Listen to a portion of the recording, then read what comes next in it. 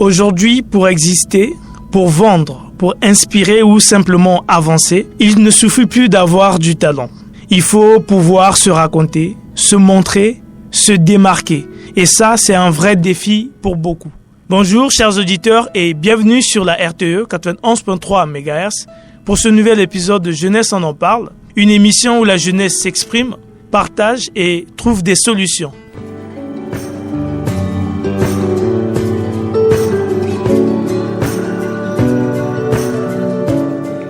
Des fourneaux aux réseaux sociaux, comment vendre son art culinaire, c'est le thème de ce nouvel épisode de Jeunesse en parle. Merci chers auditeurs pour votre fidélité à ce programme.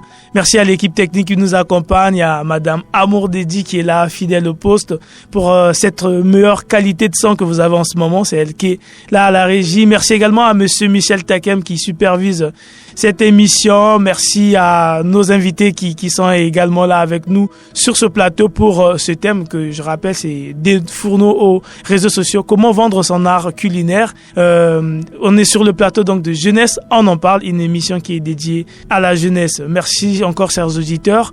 Et sur ce plateau aussi, on va aborder un autre sujet, toujours dans le même sens de comment vendre son art culinaire, comment créer un personnel branding qui reflète vraiment qui l'on est. Et donc, sans plus tarder, je vais vous présenter les invités que j'ai sur ce plateau. Il y a Monsieur Merveilleux Massamba qui est là avec moi. Bonjour, chef. Bonjour. Comment tu vas? Je vais bien et merci et vous?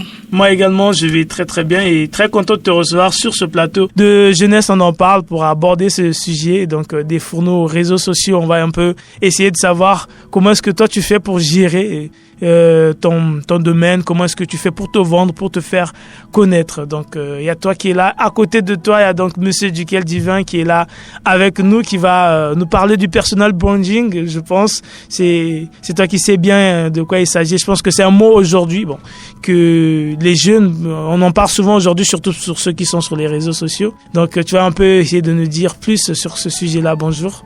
Bonjour. Comment tu vas? Bien, ça va, en forme. D'accord, je suis très content de te recevoir également sur ce plateau de Jeunesse en parle. Comme j'ai dit au début, c'est une émission qui est dédiée à la jeunesse, donc Jeunesse en parle, c'est bien normal.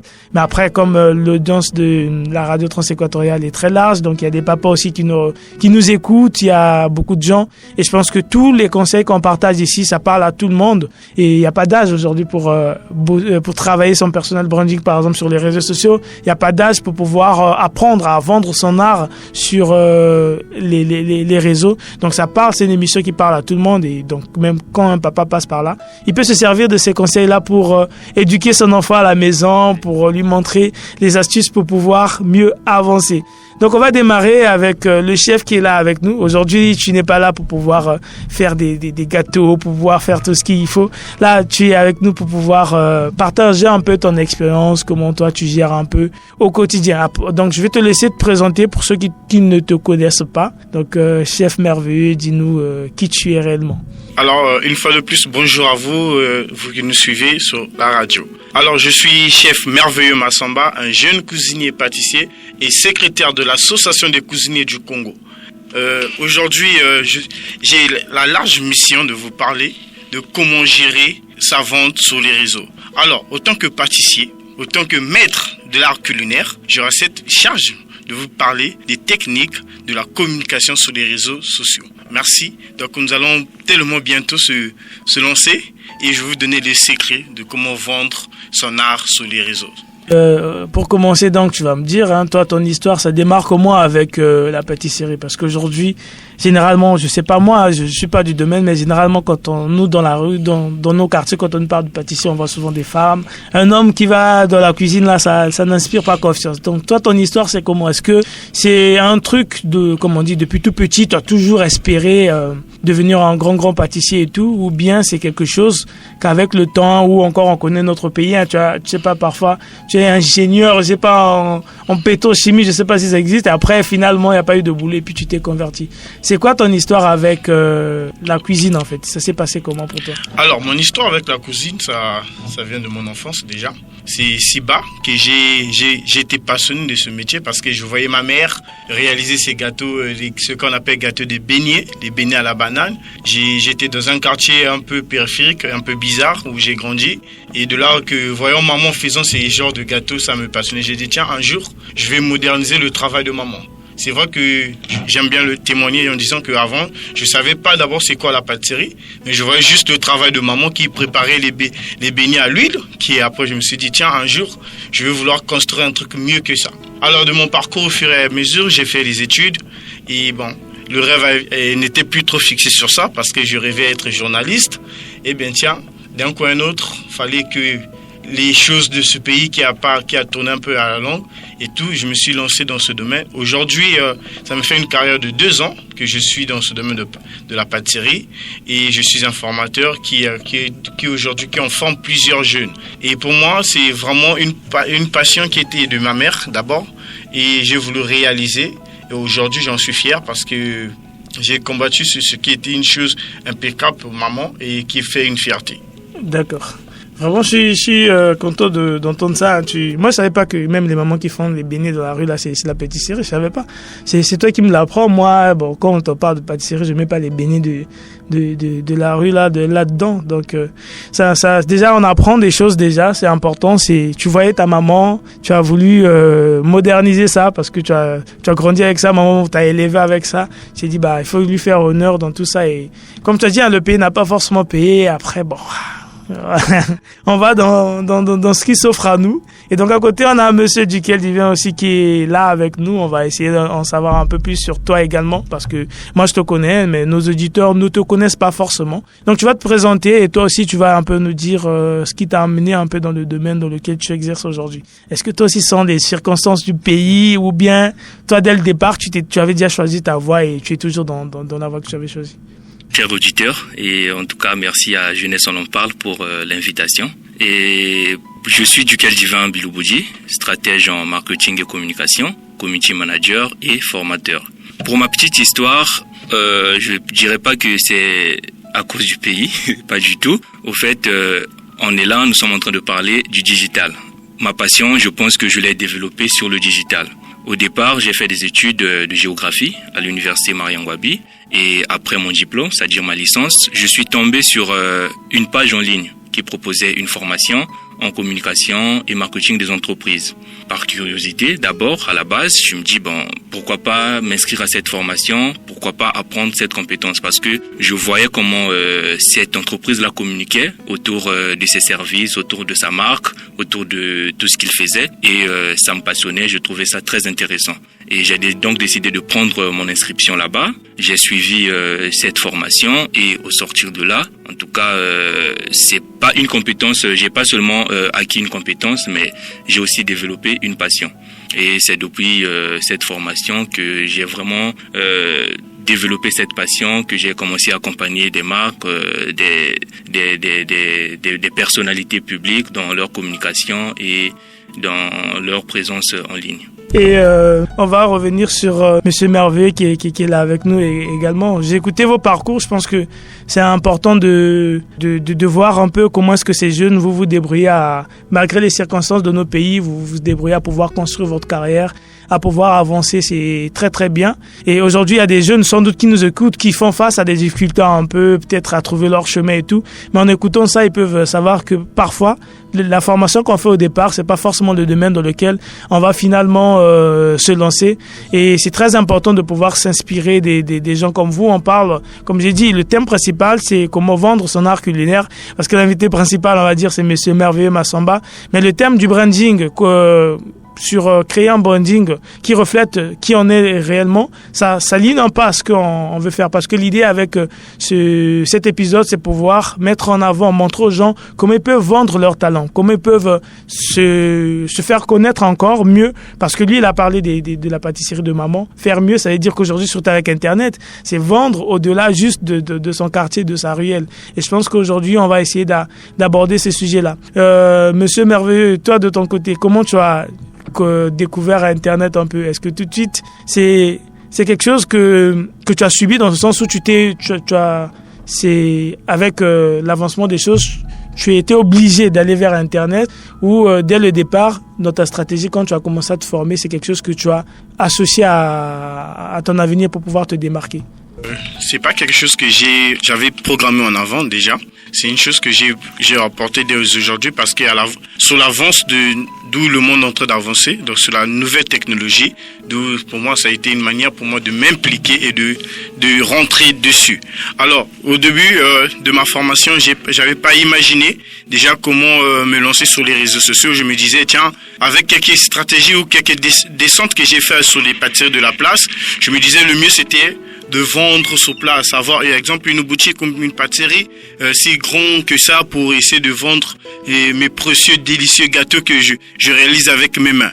Mais à la longue, je pense que c'est en 2021 que j'ai compris que aujourd'hui, si on se limite seulement sur la vente sur place, ça sera vraiment pour moi, personnellement, en tant que jeune aussi et nouveau dans le domaine, ça sera vraiment des difficultés.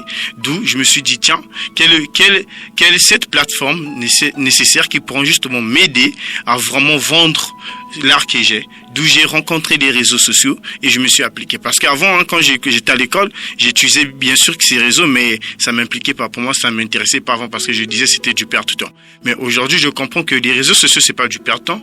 C'est seulement si on sait comment il est utilisé. D'où aujourd'hui, pour moi, les réseaux sociaux, c'est l'un des outils très nécessaires pour la vente pour la vente de mon domaine. Parce que ça me permet à réaliser et de vendre la marque que j'ai mis en place. La marque Délices de Mars n'a pas pris vue sous la phase présentielle, mais ça a pris la large de connaissance de plusieurs personnes sur les réseaux.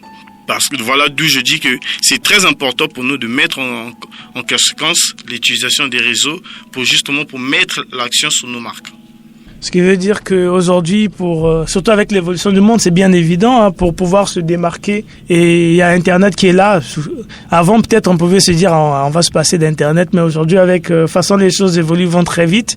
Soit tu es sur Internet, soit peut-être dans les prochaines années, tu disparais. Sauf si tu es déjà une grosse marque qui est déjà implantée. Je sais pas si Monsieur Duquel a quelque chose à nous dire dans ce sens-là, en fait. En fait, je pense que déjà pour Monsieur le chef pâtissier, c'est une bonne initiative de chercher à vendre son art culinaire sur les réseaux sociaux, parce que ce qui se passe avec les réseaux sociaux aujourd'hui, ce sont des canaux très puissants pour pouvoir promouvoir sa marque, pour pouvoir promouvoir sa passion, son savoir-faire et surtout de se faire connaître. Aujourd'hui, en tout cas, d'après ce que j'ai remarqué, les gens sont souvent hésitants à acheter une marque qu'ils ne connaissent pas. D'où l'importance de se faire connaître d'abord avant de chercher à vendre. Et pour ça, je pense qu'il n'y a pas mieux que les réseaux sociaux, parce que sur les réseaux sociaux, l'information se consomme d'une vitesse vraiment inimaginable. Donc, je pense que le chef pâtissier a vraiment pris la bonne décision pour essayer de promouvoir son savoir-faire, pour parler de ces délicieux gâteaux, comme il a dit tout de suite, sur les réseaux sociaux. Chef Merveilleux, toi, ta formation, ça se passe comment? Où tu t'es formé? Comment? Parce que soit tu vas nous dire que c'est maman qui t'a appris à faire ce que tu fais, ou toi tu t'es formé pour pouvoir devenir chef, et comment tu te retrouves? Parce que tu as dit que tu étais secrétaire des chefs, des chefs cuisiniers, c'est ça? Ok, comment tu fais, toi? Tu as dit que tu as 2 ans d'expérience là-dedans, je pense. En 2 ans d'expérience, tu deviens secrétaire des gourous de ce pays qui sont là, je sais pas, depuis des années, qui ont dû se battre. Comment est-ce que ton parcours, c'est comment en fait? Est-ce que tu étais le plus brillant dans ton domaine? Je sais pas. Explique-nous. Je crois qu'il y a quelque chose qui est caché derrière en fait. Alors, déjà, c'est vrai que c'est pas maman qui m'a formé. Avant de me lancer, j'étais à l'université Marion Gwabi. Je faisais mes études en journaliste. C'était une passion pour moi. Mais hélas, j'ai pas pu terminer. Mais aujourd'hui, grâce à Jeunesse en parle, je me retrouve à la radio en train de m'exprimer. Alors, de mon parcours, la pâtisserie, j'ai vu que c'était une passion qui naîtra après. Je me suis formé sur les réseaux sociaux d'abord, d'où par l'importance pour moi encore d'être accro à ces réseaux. J'ai pris quelques bases nécessaires sur les réseaux et il fallait me pencher à avoir un diplôme de qualification, parce que c'est vrai, on peut apprendre sur les réseaux, mais il faut avoir un truc qui justifie ce boulot. Donc je suis allé à l'école Jean-Paul II. Il y a la première école gastronome de notre pays. Ça se trouve à Bakongo, une école qui m'a formé pendant une année dans ce domaine. Et pendant l'apprentissage, j'ai pas cessé seulement d'être acquis de ce que l'école me donnait, mais je me suis lancé dans la profondeur de l'apprentissage. Donc, j'étais à la course, ou encore disons derrière les chefs, pour plus d'apprendre, pour plus vraiment me marteler à ça. Parce que quand on dit qu'on a la passion, quand on a l'amour de la chose, on se sacrifie. J'ai blanchi les nuits dans 4 structures, au même moment que j'étais en pleine formation. Dès mes premiers mois de ce que j'ai pu apprendre à l'école, je me suis dit, tiens, je vais pas rester à la maison. Il fallait que je cherche des endroits où je pouvais évoluer. D'où j'avais eu 4 structures qui m'avaient accueilli à bras ouverts. Je travaillais toute la journée pour moi, pour apprendre. Donc, au même moment que j'étais à l'école, au même moment que je partais dans ces entreprises pour apprendre. Donc, quand j'ai fini dans mon école, bon, c'est vrai que je suis pas le meilleur, mais je fais partie des jeunes qui étaient vraiment brillants, qui s'est vraiment donné à leur cœur d'abord pour se donner à cœur à obtenir ce qu'ils voulaient. Parce que ce qu'on veut, c'est ce qu'on obtient. Parce que si aujourd'hui on veut vraiment gagner la vie, on doit vraiment beaucoup travailler. D'où moi, personnellement, j'ai travaillé pendant une année sans cesser. Quand même les gens me disaient, mais tu deviens esclave de la pâtisserie. Je dis oui, je suis l'esclave parce que je m'attendais à quelque chose. Et la chose, c'est vrai que je m'attendais pas à être secrétaire aujourd'hui, mais c'est une grâce et une faveur pour moi que le Seigneur m'a accordé. En étant jeune, dans le domaine aussi, en étant jeune de l'âge, d'être nommé secrétaire. Non, c'est pas par les qualités, mais c'est par l'énergie que je produis autour de moi. Comme je l'ai dit, le vouloir, c'est pouvoir. Parce qu'aujourd'hui, il y a la plupart des jeunes, la plupart des cuisiniers qui sont dans notre pays, ils se disent cuisinier, ils se limitent à être cuisinier. Et contrairement à moi, je ne me limite pas à être cuisinier, mais je dis, je dois conquérir des jeunes que nous sommes. Ce qui a fait la force qu'aujourd'hui, dans l'association des cuisiniers, qu'ils puissent me nommer secrétaire parce que ma motivation permet à rencontrer toutes les personnes qui désirent vraiment être dans ce domaine. D'où aujourd'hui, et ils ont pensé que je suis là, le jeune le mieux placé à gérer ce domaine. Parce qu'en étant jeune, j'ai un sens de motivation, un sens d'attirer des autres. Pour certains qui ne pensent pas faire de la pâtisserie leur passion, mais pour moi, je convainc.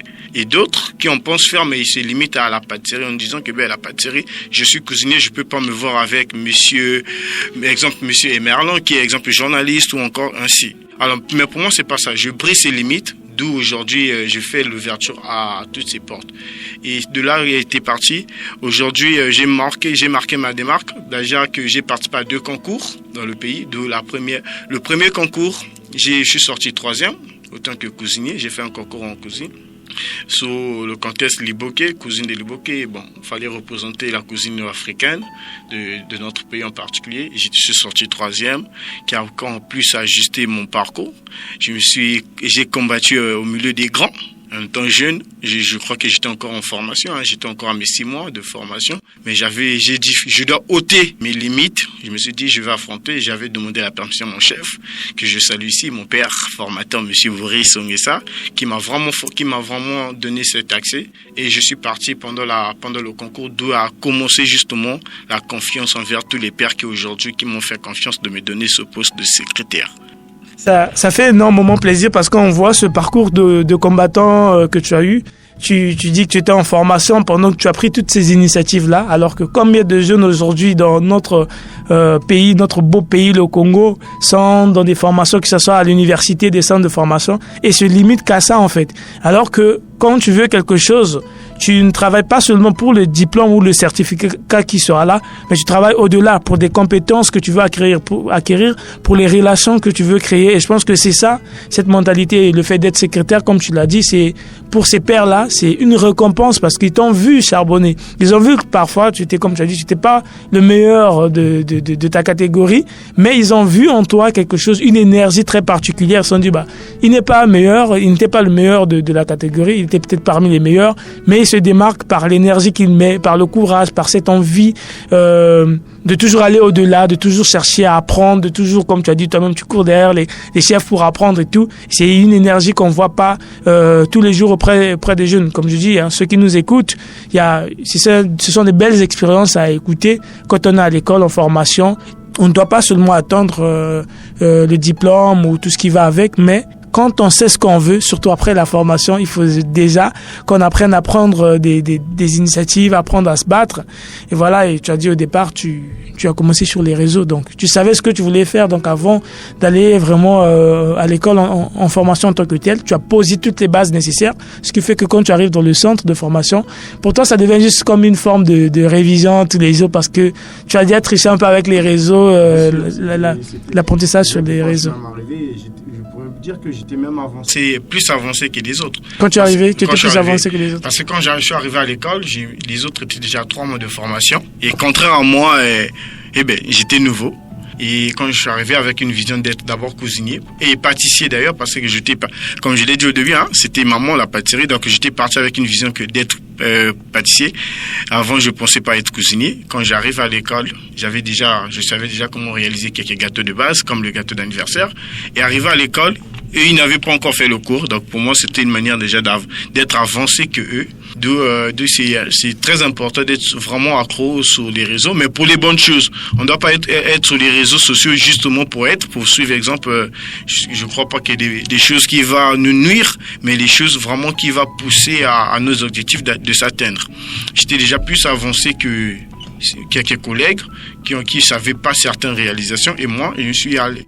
Et après de ça aussi, j'ai eu tellement la force de mes amis, collègues, qui m'ont poussé à aimer la cuisine, parce que pour moi, d'abord, avant, la cuisine, c'était pas quelque chose qui était dans ma tête. C'est vrai qu'aujourd'hui, je suis devenu cuisinier, mais avant, c'était pas une chose qui était dans ma tête. Moi, c'était d'abord plus la pâtisserie. Même jusqu'aujourd'hui, ma carrière est plus avancée en pâtisserie qu'en cuisine. Ça, je l'assure quand même. C'est vraiment la pâtisserie, pour moi, c'est un coup de cœur. La cuisine, c'est vrai que je le fais, mais pas plus. Et pour moi, les réseaux, c'est vraiment très important pour nous, en tant que jeunes, de se balancer dessus. Surtout aujourd'hui, quand on en parle de 2-3 types de réseaux qui vraiment marquent. Nous avons TikTok. C'est où aujourd'hui les jeunes peuvent vraiment vendre ce qu'ils font. Et nous avons Facebook aussi qui est présent, qui c'est l'un des réseaux aussi tellement vaste où je pense que sur Facebook on a la facilité de rencontrer toutes les personnes, mais nous devons savoir aussi cibler, parce qu'il y a des gens qui s'est lancé aussi dans ce domaine mais qui ne savent pas cibler. Là aussi c'est un point à savoir qu'aujourd'hui on peut se lancer sur la vente en ligne, on peut se lancer sur comment vendre nos articles. Comme moi déjà je vends mes gâteaux en ligne, mais on doit savoir cibler aussi. Et pour savoir cibler, on doit les mettre, comme ici sur ce plateau, on a un comité management. Lui, il sait comment mettre les stratégies. Donc, on doit savoir comment cibler le personnage que nous avons besoin. On va prendre l'avis de Monsieur Duquel qui est là à côté. On fait comme si on était en consultation. Tu as Monsieur Merveilleux Massamba qui est là, chef pâtissier qui excelle bien dans son domaine, qui est très très fort dans son domaine et qui vient donc te voir pour te dire moi je suis un très très bon cuisinier. J'aimerais faire connaître un peu plus mon travail sur les réseaux sociaux. Toi en tant que expert de ton domaine en marketing et tout, il est là devant toi, ton client, il est venu te voir pour demander conseil. Qu'est-ce que tu peux lui dire? On fait comme s'il n'avait jamais de page, il n'a jamais eu de page Facebook et tout sur les réseaux. Mais toi, en tant qu'expert, tu vois, qu'est-ce que tu peux dire? Bon, déjà, je tiens à signaler, chef pâtissier, la consultation, elle n'est pas gratuite. Donc, je vais faire comme les avocats. Je vais facturer les honoraires, comme on dit.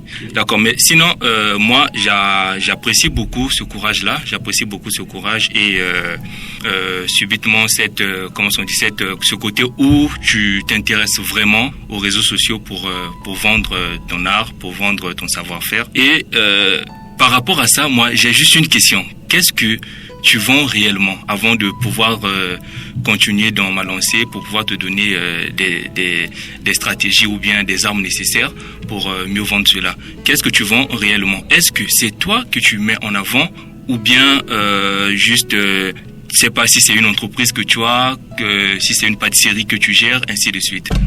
Alors, de mon côté, ce que je mets en avant, premièrement, c'est toute la boîte. la boîte Les Délices de Mars. Parce que dans Délices de Mars, nous avons trois secteurs de service. Nous avons la pâtisserie, nous avons la restauration et des formations. Donc, je mets l'ensemble de la boîte en avant, justement pour permettre que à tous les trois secteurs soient touchés sur notre cible visée. Parce que déjà, côté exemple parlant, si je mets que la pâtisserie, ça veut dire que le côté restaurateur, ça va nous bloquer, ça va nous pousser à faire. Mais pour moi, le mieux que je me suis dit, fallait mettre toute la boîte en général en avant et en sous-entend que dans tous les trois secteurs, il y aura des clients qui vont vraiment s'intéresser à réagir tantôt d'une manière à une autre. D'accord. Donc, à cela, pour moi, en tant que, je vais pas dire expert, en tout cas, d'après ce que je sais, moi, ce que je te conseille en tant que communicant, c'est d'abord de te développer toi en tant que marque. Okay? De te développer toi en tant que marque. Parce que les gens ont cette facilité-là d'acheter des choses auprès des personnes qu'ils connaissent déjà. On a parlé ici du personal branding, qui est même le thème de mon passage, donc j'en profite pour introduire directement. Le personal branding ici, c'est un art. En fait, c'est un art. En français, c'est juste marque personnelle. C'est un art qui permet à une personne de se positionner comme une marque. C'est la façon dont la personne présente ce qu'il est, la façon dont il communique, et ainsi de suite. Et pour cela, moi, j'ai prévu 5 ingrédients. Pour parler en langage pâtissier, j'ai prévu 5 ingrédients. Premièrement, c'est ce que je te conseille, c'est de faire un profond travail d'introspection. C'est-à-dire, avant de vouloir te faire connaître à tout le monde, tu dois d'abord chercher à te connaître toi-même. Parce que la première phase de la vente, c'est pas de la présence en ligne, c'est d'abord de se faire connaître. Personne ne va acheter si on ne te connaît pas. Si tu n'es pas présent, personne ne sait que tu es là. Donc, mais avant d'entamer cette phase-là, tu dois d'abord chercher à te faire connaître toi-même. Quelle est ta passion? Quelles sont tes valeurs? Quelle est ton histoire? Les gens ont besoin de savoir c'est qui? Quelle est ton histoire? Et le deuxième ingrédient, je dirais que c'est d'être authentique. Ok, parce que tu n'es pas le seul pâtissier qui communique sur les réseaux sociaux. Il y en a plusieurs, il y a plusieurs pâtissiers sur les réseaux sociaux, mais toi, tu dois toujours te battre à être authentique. À cela, tu dois te poser une seule question. Qu'est-ce que moi, je propose qui est différent des autres, que les autres n'ont pas encore proposé? En tant que pâtissier, en tant qu'expert dans ton art, en tant que chef, qu'est-ce que tu proposes que les autres n'ont pas encore proposé? Ton vécu, ton style, ta vision, c'est ce qui fera en sorte que ton approche à toi soit différente des autres. Parce que le branding doit capitaliser sur ce qui te rend unique. Les gens ont besoin de suivre une personne authentique, une personne qui est vraie. Inutile de te voiler la face pour, raconter une histoire qui ne t'appartient pas. Tu dois juste être authentique, être toi. Troisième ingrédient, tu dois être cohérent. Tout à l'heure, tu as cité certains réseaux sociaux, Facebook, TikTok, ainsi de suite. Peu importe le canal, peu importe le réseau social que tu veux utiliser pour ta communication, tu dois toujours t'arranger à être cohérent partout. Tu dois être toi partout. Tu dois pas avoir un message différent sur Facebook et sur Instagram, par exemple, tu racontes autre chose. Tu es pâtissier sur Instagram et sur Facebook, tu deviens, par exemple, le maître de judo. Là, en tout cas, tu vas perdre tout le monde parce que le climat de confiance que tu vas vouloir installer là, ça va se dissiper. Parce que les gens auront du mal à suivre qui il est vraiment. Est-ce qu'il est karatéka ou bien il est pâtissier? Donc voilà pourquoi tu dois toujours chercher à être cohérent, parce que toi aussi, en tant que personne, tu es un canal de communication. Pas seulement sur les réseaux sociaux. Toi, en tant que personne, tu dois incarner un canal de communication. Avant les réseaux sociaux, c'est toi d'abord. Ensuite, tu dois raconter ton histoire. Nous, dans la création de contenu, on appelle ça du storytelling. C'est-à-dire, c'est l'art de raconter une histoire de façon cohérente et attractive, de telle sorte que les gens se reflètent vraiment à ce que tu racontes. Donc, lorsque tu me racontes ton histoire, que j'ai l'impression d'avoir vécu ça moi aussi. Et cinquième ingrédient, et le tout dernier, c'est d'évoluer avec ta marque. Parce que une image de marque, un personal branding ne doit pas être figé. tu es toi aujourd'hui, ce que tu vas apprendre demain, ce que tu seras demain, et ça doit continuer à évoluer comme la marque que tu es en train de mettre en avant, tout en évitant de t'aliéner, c'est-à-dire de ne plus être toi, tout en évitant de te trahir. Tu dois être focus sur tes valeurs, les mêmes valeurs que tu as commencé à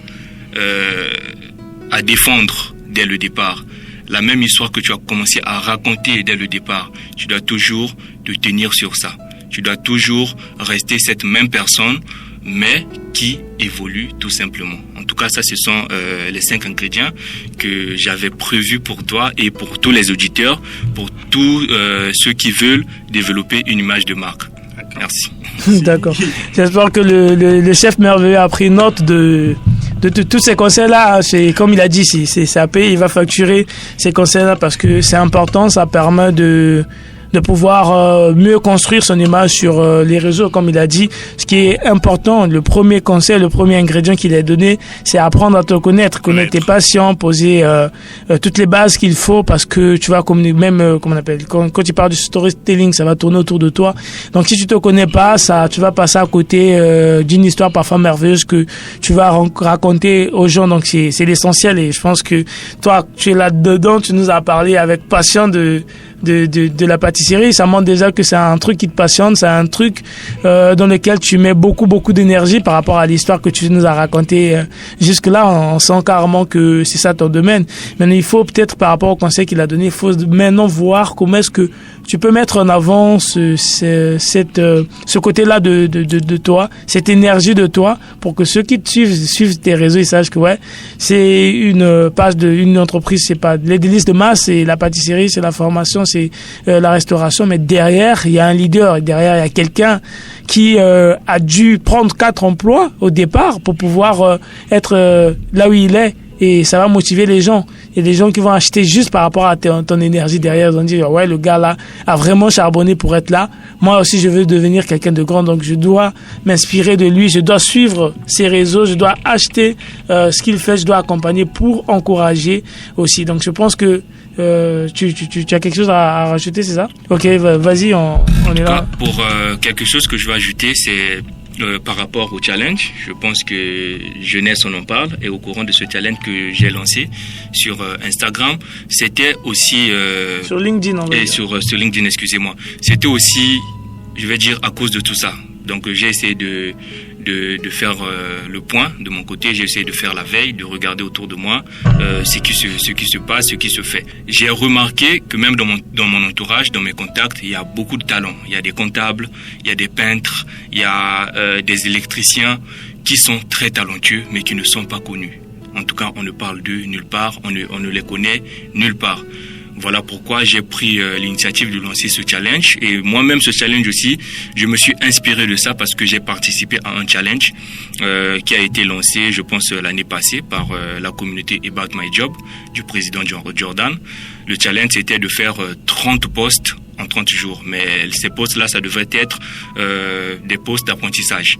C'est-à-dire, tu apprends un sujet et tu viens transmettre ce que tu as compris sur ton poste. Donc, pendant 30 jours. Et à la différence, moi, mon challenge que j'ai lancé, dans l'esprit du challenge, c'est de vraiment de mettre en avant qui on est et ce qu'on fait.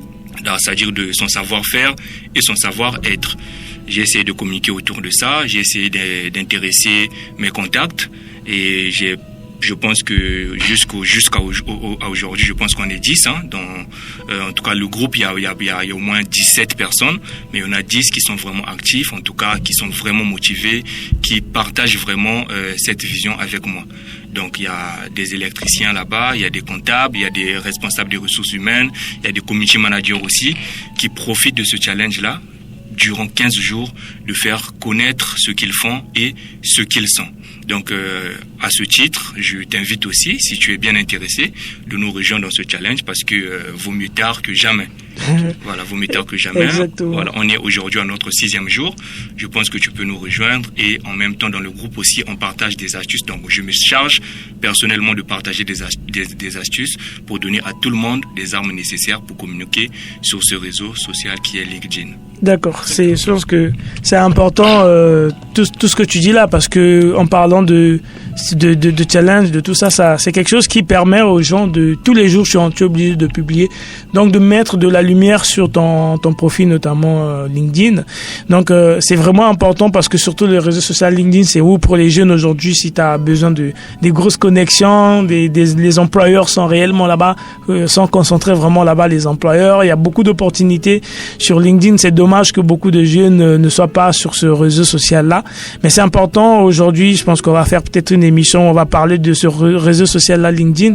C'est très important pour les jeunes, et c'est genre de challenge où vous vous mettez en groupe, vous décidez de publier des choses, ça permet de mieux se faire connaître sur les réseaux, ça attire l'attention sur vous, parce qu'aujourd'hui, qu'on le veut ou non, on est obligés tous à aller vers ces réseaux-là. Donc s'il faut aller là-bas, il faut donc apprendre à mieux communiquer, parce que on est tous sur les réseaux, mais il faut savoir communiquer, il faut savoir se vendre, il faut savoir attirer l'attention sur soi. Et je pense que pour le chef pâtissier qu'on a là, pour mieux se connaître, mieux se connecter à plusieurs autres personnes, ça serait important de pouvoir participer à ce genre de challenge. Je te laisse parler, chef. Ok, merci chef pour ces précieux conseils. Je pense que personnellement c'est bénéfique déjà pour moi et aussi pour toutes les personnes qui sont en train de nous suivre cet après-midi. C'est vraiment magnifique d'écouter cela de votre part. Alors chef, suite à votre challenge, comment peut-on faire pour participer? Déjà personnellement, avant que vous donniez même la réponse, je vous assure que je suis partant. C'est vrai que, comme vous l'avez dit, vous mettre un peu en retard, chose qu'on va en parler, parce que là voilà. on a très peu, il nous reste très peu de temps, donc peut-être on va aller sur les mots de fin, on va dire, parce que le temps passe très vite finalement. Voilà. On va aller, il y a toi qui... Demain c'est lundi, donc lundi tu vas... Oui. Alors, le lundi, la structure des 10 de mars, comme l'a dit, la marque, tout à l'heure on nous a dit garder les valeurs. Alors pour garder nos valeurs, nous, on est parti, on a un côté social qui permet justement aux gens de manifester l'amour qu'on a. Comme je l'ai dit, c'était pas facile pour moi, en étant déjà jeune si bas, comme je l'ai dit dans mon parcours. Vu voir maman faire les beignets, quand vous comprenez déjà que je dis que maman faire les beignets, c'était un peu comme ça. Ça veut dire que j'étais pas dans le miel possible qui est comme les autres.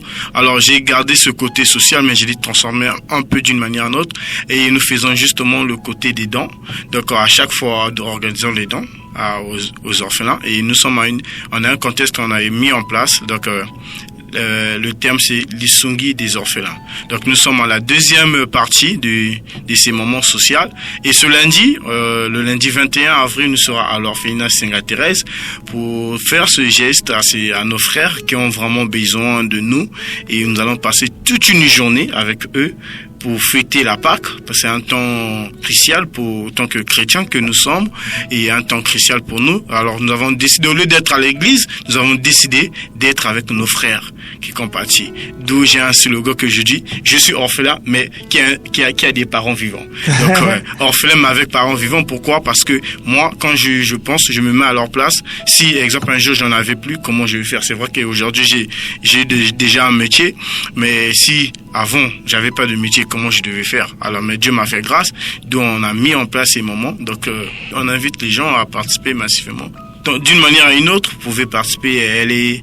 La participation, elle est libre, Et en passant aussi au-delà de nos actions sociales, nous avons nos formations qu'on met en place. On forme les jeunes, toujours dans le côté social. C'est vrai, nous avons des formations payantes.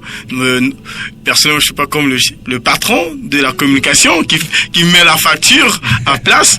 Mais bon, c'est vrai, il y a un côté payant qui est là, les formations professionnelles, mais on a aussi des formations sociales qui permettent justement d'inviter les jeunes à s'acquérir de la passion de la pâtisserie et de la cuisine. Donc, ce 1er mai, nous allons lancer la nouvelle session de formation c'est la 4e édition de formation depuis que nous sommes en place.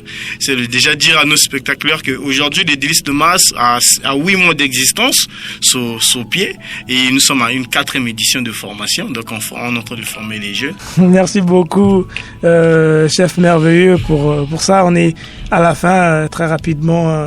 On va peut-être prendre rapidement un dernier défi avec notre expert, on va dire, en communication.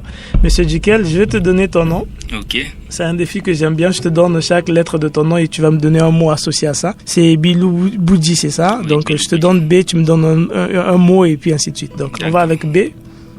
Branding. I. Intelligence. L. Leadership. O. Optimiste. U. Union. B. Bienveillance. O. Omniprésent. U. Unité. On dirait que ça a été déjà dit. Bon, on passe. D. Désir. I à la fin maintenant. Tu vois que c'est assez difficile, hein? Oui, c'est un exercice non, assez je peux difficile. ajouter son I, hein. Son I, c'est quoi? Impact. Oh, ok, tu as rajouté son I impact, d'accord. Merci beaucoup. Et ça fait énormément plaisir de pouvoir échanger sur ce genre de sujet. C'est vrai que ce sont des gros sujets. C'est difficile de résumer ça en 30 minutes ou en 1 heure. Mais on a fait de notre mieux pour essayer de partager ce qu'on pouvait partager. Et les gens vont essayer de prendre un peu de façon éparpillée un peu partout ce qu'on a dit pour essayer d'appliquer tous ces conseils-là dans leur vie quotidiennement. Et c'est pas fini. On aura sans doute d'autres rendez-vous. Donc là, on est à la fin, on va dire. Donc merci encore vous, très chers invités, pour votre temps, pour ce moment de partage avec nos auditeurs de la RTE. Merci encore à l'équipe technique qui était avec nous. Merci, un gros merci à Madame Amour Dédi pour cette belle qualité de son. Et voilà, merci à Monsieur Michel Takem. Merci à vous, donc merveilleux, Massamba, Duquet Divin, Bilou Boudi, c'est ça, c'est un nom assez long. C'est un peu long, donc, merci chers auditeurs pour votre fidélité. Donc restez branchés sur la radio transéquatoriale 91.3 MHz pour la suite des programmes. Merci. Merci.